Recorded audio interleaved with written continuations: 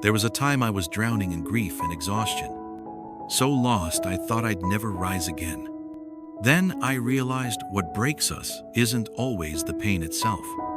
It's the feeling that there's no reason left to keep going.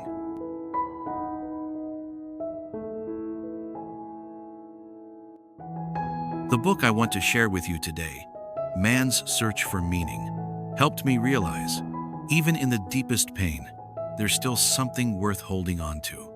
And maybe, by the end of this video, you'll find that something for yourself. Man's Search for Meaning is one of the 10 most influential books ever selected by the U.S. Congress. It's been translated into 24 languages and has touched hearts all over the world. Its author, Viktor Frankl, a gifted psychiatrist, is often called a beacon of resilience in the 20th century. As a Jewish prisoner held in one of Nazi Germany's most notorious death camps, Frankl witnessed unthinkable suffering. But instead of losing himself in despair, he discovered a powerful truth, and from it, created logotherapy, a form of meaning-centered therapy that has helped millions find their purpose again. The book is divided into two distinct parts. The first shares Frankl's raw, first-hand account of life inside the concentration camps, the hunger, the cold, the hopelessness. The second explores the method he developed after surviving, a way to help others rise from rock bottom and rediscover meaning even when everything seems lost. How do we transform pain into something meaningful? Sometimes, all it takes is one step, the step of choice. And the distance between us lies in how we take that step. On this journey of life, we've all known the ache of regret. But when the storm passes and the skies clear, was gently helping us stand back up. Throughout life, each of us carries regrets, heartbreaks, and silent grief. If you're struggling with pain, confusion, or fear right now, this book might be the quiet strength you need for that next small step forward. Having reached readers in 24 languages, Man's Search for Meaning continues to speak to hearts across generations, from American families grieving through the pandemic to young people searching for hope in an overwhelming world. It's a reminder that even in the darkest nights, there's still a path toward healing.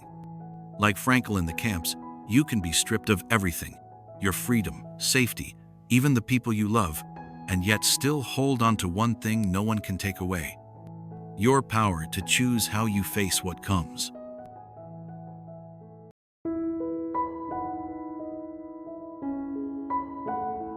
In 1940, as the shadows of fascism spread across Europe, Viktor Frankl stood at a crossroads. He was the head of neurology at a major hospital in Vienna. He had a loving family, a respected career, and most importantly, a visa to the United States granted by the U.S. government.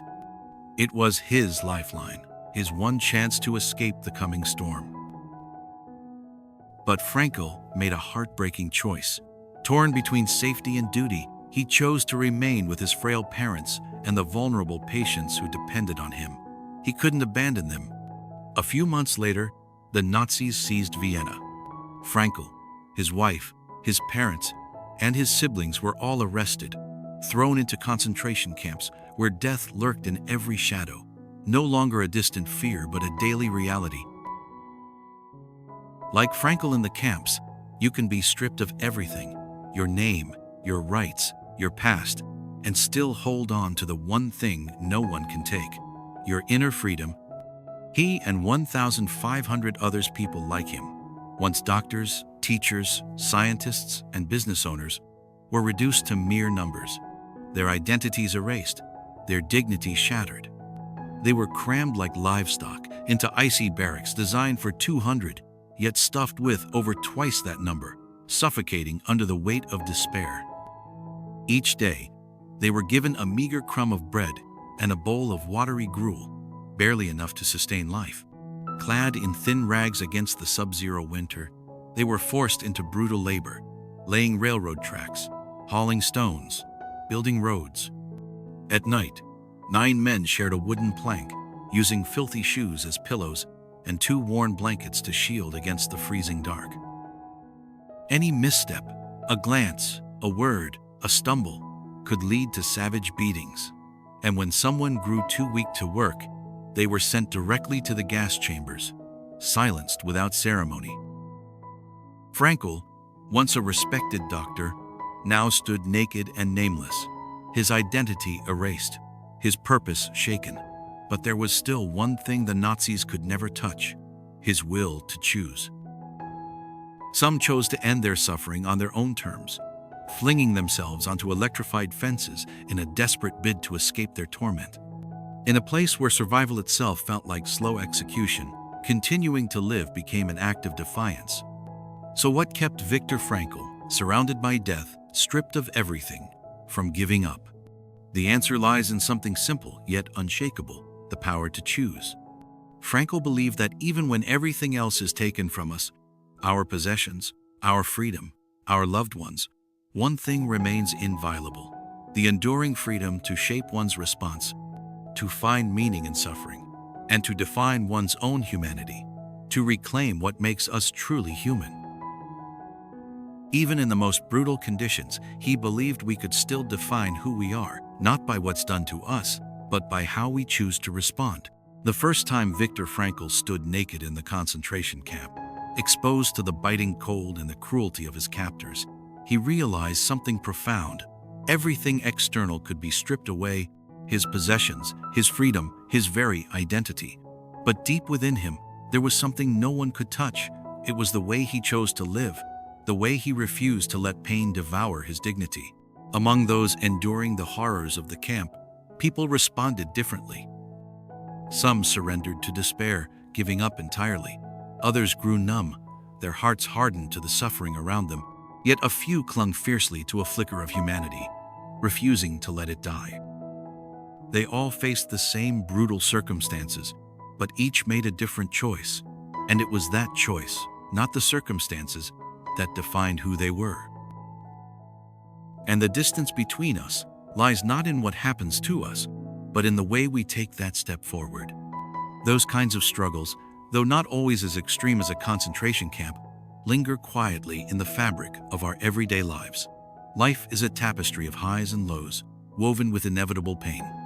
Sometimes, that pain comes from relentless days of overtime, waking up too early in the morning and stumbling home past midnight, drained and hollow.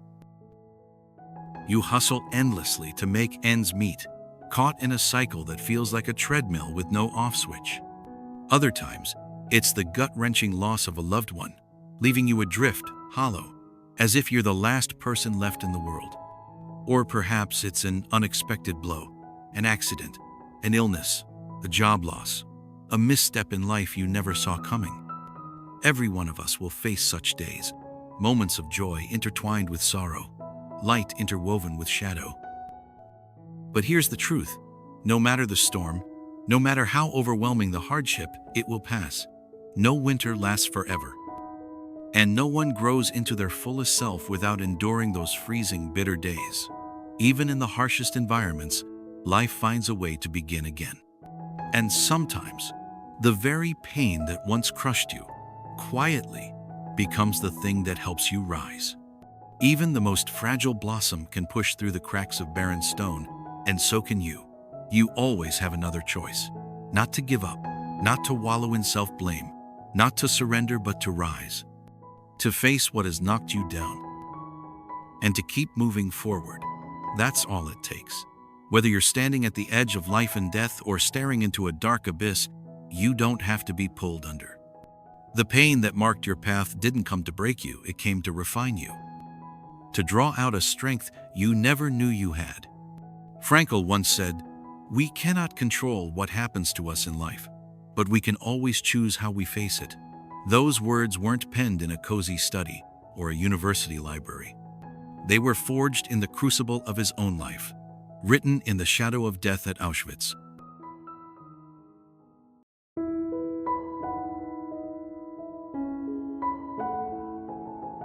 Suffering always hurts. But if we're brave enough to look closer, we may discover it can also make us stronger. I once read a line that stayed with me. Life is a journey with no final stop. Each pain is a station, not a place to quit, but a pause to grow. Suffering is an inevitable thread in the fabric of life. And when we accept this truth, our hearts grow calmer and our spirits stronger. Even pain has its gifts. As one great poet wrote, "Remember well all that suffering leaves behind. When it passes, it becomes sweet." Life, like a rare spice, grows richer when crushed by hardship. The more it's ground down by joy and sorrow, the deeper its flavor becomes. That's what Viktor Frankl realized in the bleakest chapter of his life. Despite his burning will to live, there were moments when even Frankl felt swallowed by despair. For months, he and his fellow prisoners endured a nightmare: starvation, frostbite, exhaustion, disease. His body swelled with edema. His feet were blistered and raw, each step a torment. At one point, typhus left him so weak he was nearly sent to the gas chamber, simply because he could no longer labor. But it was in those moments, standing face to face with death, that he began to reflect deeply on the meaning of life. Have you ever lived through a time when a single memory of someone you loved was the only thing keeping you going? What was it for you? What memory helped you hold on when everything felt lost? Share below. Your words might help someone else. Frankl noticed something profound. If someone still held the image of a loved one in their heart, a child, a spouse, a parent, they refused to let go of life. The cherished image of someone they loved became their anchor. As long as there was something or someone to live for, they held on, even when life was reduced to a fragile thread. That's when Frankl made a decision. He wouldn't let pain or despair bury him. Instead, he saw the concentration camp as a living laboratory, a place to test the true strength of the human spirit. While others grew numb or surrendered to hopelessness, Frankl searched for a way to awaken something within them. He cracked jokes just to hear them laugh, if only for a moment. He offered words that, though subtle, carried deep meaning, words that stirred something quietly powerful inside. He wove subtle words of hope to rekindle their fading spirits. He planted in them a fragile but sacred belief that something out there was still worth living for. Even while burning with fever and weakened by disease, with death always close by, Frankl kept writing. Quietly, on scraps of paper, he recorded the first fragile lines of what would become a book that brought hope to millions. 3 years in captivity did not break him. They made his heart stronger, steadier than ever. In that quiet furnace of suffering, he discovered something deeper, the essence of human resilience. In that furnace of pain, he came to understand the essence of humanity, and from it, he crafted an entirely new approach to healing: logotherapy, the therapy of meaning. Frankl once said, "Only through suffering that feels like hell can we build the strength to rise again. Even after the coldest winter, life dares to bloom again. After a broken wing's pain, the eagle flies higher than before." We often fear suffering, dread failure, shrink from loss, but we fail to see that these are the very foundations of true growth. Those who once hurt you, the moments that left you in despair, they may quietly become the very things that help you grow. No pain is ever meaningless. No wound is beyond healing. No downfall is eternal. Everything you lose will return, transformed into something new. It's human nature to chase advantage and flee hardship. But what if we understood this? In the crucible of suffering, we find the chance to transcend, to touch spiritual heights we never imagined. Then we would never see pain as a curse, nor would we feel cursed by life when adversity strikes. Frankl believed that suffering, risk, even death, are not enemies. They are essential threads in the tapestry of life. They make existence real and worth living. Even in the depths of suffering, we can hold our heads high. We can take pride in overcoming. Dostoevsky once said, "My only fear is that I might not be worthy of the suffering I endure." So how do we become worthy of the pain we've carried? The answer, perhaps, lies in what comes next. What about you? Have you ever wondered if the pain you've endured had a purpose? Share your thoughts below. Someone else might need them today.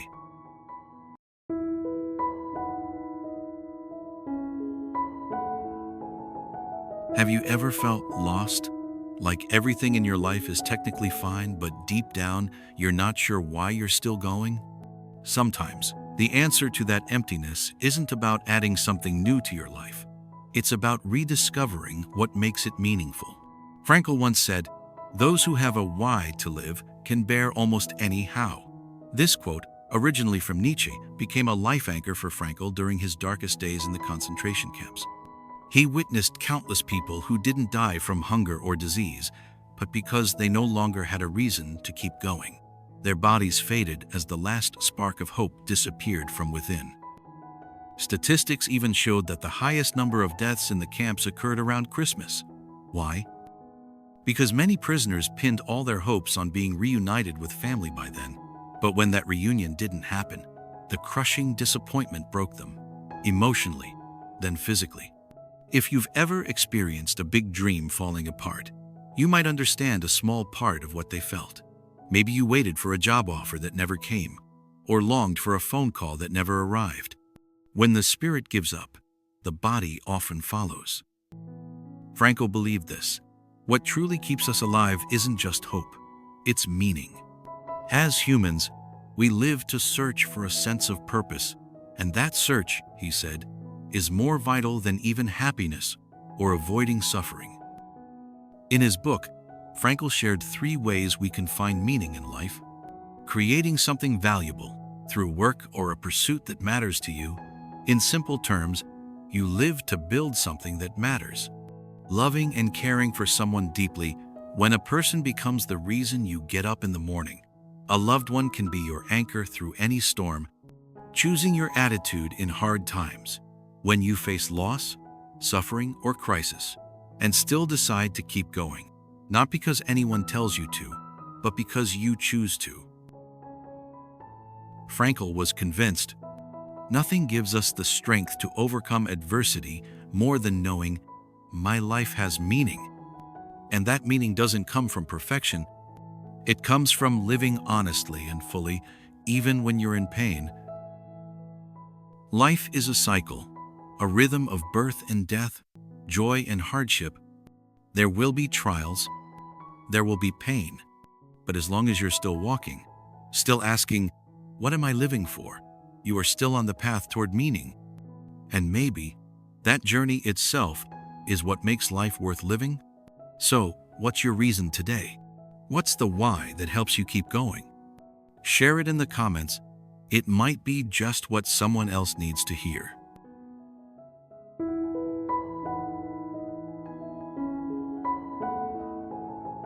They say, the pain you can endure determines the strength you'll carry.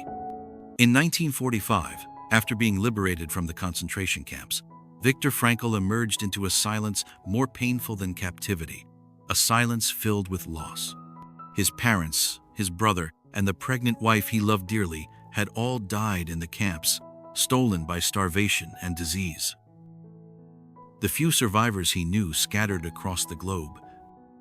No family, no friends. He was utterly alone, and yet he chose to return not just to his profession, but to a higher calling, helping others heal from invisible wounds.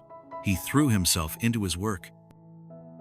Combining the agony he had survived with deep psychological insight, Frankl pioneered a new form of therapy: logotherapy, the therapy of meaning. Through his lectures and one-on-one sessions, he helped countless people, grieving parents who no longer saw a reason to live, widowers stuck in the past, unable to move forward, strangers silently drowning in despair. He rewrote the manuscript the Nazis had seized from him, and in just 9 days, man's search for meaning was born.